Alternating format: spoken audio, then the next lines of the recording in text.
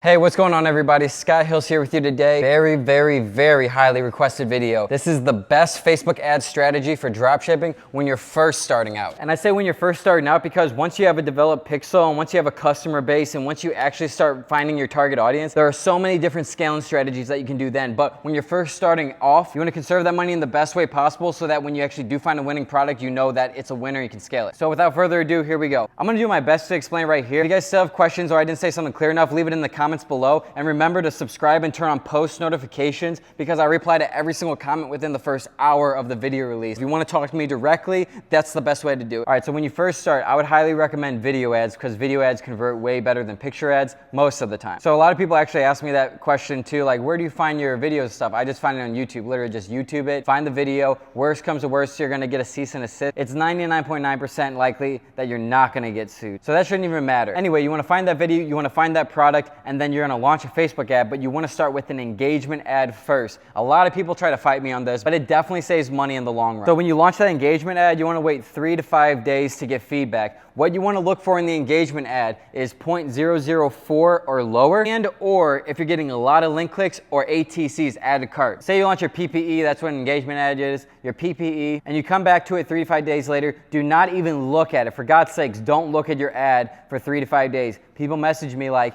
hey, I launched my ad 7 hours ago and it's this, should I scale it, should I scale it, should I scale it? No, be patient. Literally, your data could be extremely good the first day and then die by the third day, or it could be terrible on the first day and then just completely go off the walls on the third day because that's just how Facebook works. Facebook themselves says it takes about 7 days to fully optimize, but I mean 3 to 5 days, you're gonna get a pretty good idea. And I have to really stress this because a lot of people don't understand this getting into Facebook ads. When you launch an engagement ad, you're not supposed to get sales from the engagement ad. If you do, that's a great sign, but do not expect any sales from the engagement ad. An engagement ad is just that, it's just getting engagement. So say you have an audience of about 2 million people in your interest group. When you launch that engagement ad to that audience, Facebook's gonna take that audience and find the people who engage with posts the most, not buy the most, engage with posts the most of that group. Now, a lot of people in that group are willing to buy stuff, but you don't know that. So do not go straight to conversion ads because if you do that, you could lose a lot of money because the PPE gives you feedback. That's what the whole thing's about, feedback and social proof. Social proof is important too. So after 3 to 5 days, if you have a 0.004 PPE rate or lower, but however, the next step really depends on your data. Facebook says you shouldn't optimize for a certain conversion, so you're getting at least 50 of that conversion a week. However, again, after 3 to 5 days, if you're already on track to do that 50 a week, or if you're getting close, you might as well just go straight at that conversion. For example, you launch the PPE and then you do the math and you realize, okay, I'm getting less than 20 cents a click. I should probably go into link clicks. But if you did the 3 to 5 days and you already have, say, somewhere between 20 and 40 add to carts or more, just go straight into the ATC, and you want to use that same audience you used for the PPE onto the ATC or link click. It really depends on your data, guys. Again, what you really want to focus on when you're first starting off is getting to the ATC stage, and you should not be launching any ATCs until you're already getting, I personally say 20 to 40 add to carts because that already shows the flow of things so that when you do launch that ATC, it's gonna really take off. And again, guys, I just wanna clarify again, when you launch a link click, it's just that, link click. People who click the link the most. Yeah, you might get sales from that, you might, but it's specifically for link click. When I first started, I had the same problem. I didn't understand, like, I'm paying money for Facebook ads and this, I should be getting sales. No, it's a natural flow of things. You have to follow the natural rhythm and scale it decently slow at the start so that when you actually start accumulating the data and get to the purchase stage, you can massively scale it. So don't be impatient. Again,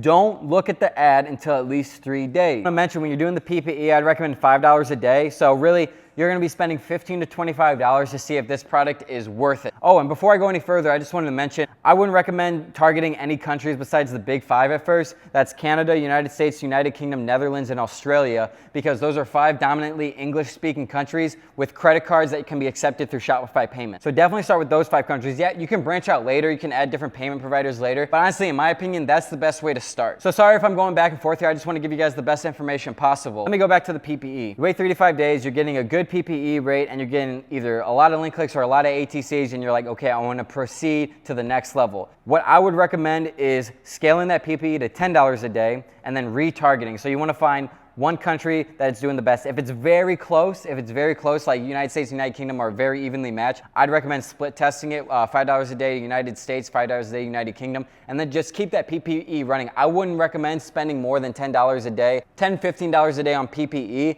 just because that's just engagement, guys. The social proof is good. You have to have social proof for people to trust you. At the end of the day, you're not optimizing for purchases or any conversions on the PPE. You're literally just getting feedback and social proof. So that you do go to the link click or that you do go to the ATC, you want to target just that country or countries. Again, if it's very close, I'd recommend split testing them. So say you are getting the 20 to 40 ATCs a week, but it's evenly matched between the United States and the United Kingdom. I would do the split test for the engagement ad, $5 a day, $5 a day, US, UK. And then with that same audience, I would launch that ATC, same thing, $5 a day, United States, United Kingdom, and just evenly match them. Wait 3 to 5 more days later, and then see what country is performing best, and then go all in on that country. Or honestly, if you have the funds, you can scale both countries. If you're getting sales in both countries, you might as well scale both countries. But what's gonna happen most of the time is one country is gonna far outperform all the others, because that's just Facebook's natural rhythm. When you put multiple countries into an audience, it's gonna choose the best one and then scale specifically to that one so that you can get rid of the other 4. All right, so now that we're in the ATC phase, it's the same thing for the purchase phase. You should not be optimizing for purchase conversions until you're already getting 50 conversions a week, 50 purchases a week. And once you're doing that, then you can start launching purchase ads. Personally, for me, when I first started, Facebook was actually saying 15 a week. Now they're saying 50. So they're kind of changing their algorithm and whatnot. But honestly, I would say it's a good idea to go to purchase ads once you're getting 20 to 40 purchases a week. You want to think about Facebook ads as a football game.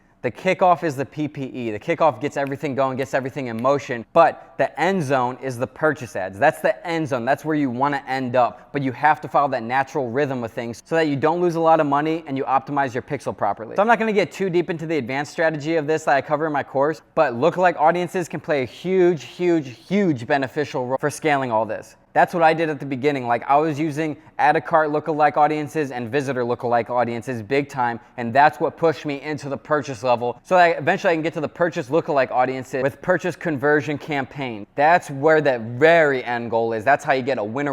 I explained this in my lookalike audience video I made a couple weeks ago. You can't optimize for lookalike audiences for visitors till you have 10,000 visitors, add to carts until you have 500 to 1,000 added carts, and purchases until you have 100 purchases. Again, that's extremely advanced stuff. I don't want to confuse anybody in this because a lot of you are watching this are just getting into dropshipping. But if you're not, you still might find some benefit to this video. So I just want to go back and recover everything. You're going to launch that PPE, wait 3 to 5 days. If it's a 0.004 rate or lower, you want to scale it. Or if you're not getting that, but if you're getting a lot of link clicks, I'd say under 15, 20 cents a click. Or if you're getting a lot of added carts, say 20 to 40 added carts, then you're gonna go to add a cart, and then if you're getting those link clicks, you're gonna go to link click. But again, if you are getting those added carts and you're getting link clicks, you might as well go straight to add a cart. And then once you're into add a cart, that's when you should see a real strong rise in your purchases. And then eventually you wanna scale those add a cart ads so that you're getting about 20 to 40 purchases a week so that you can transition that into the purchase ad. And then one thing I forgot to mention was the budget. Like I said, you don't really wanna scale PPE too high, but when you're getting into link clicks or added carts, I'd recommend doubling the budget every 3 to 5 days until you're hitting $400 a day. And then once you're at $400 a day, I'd recommend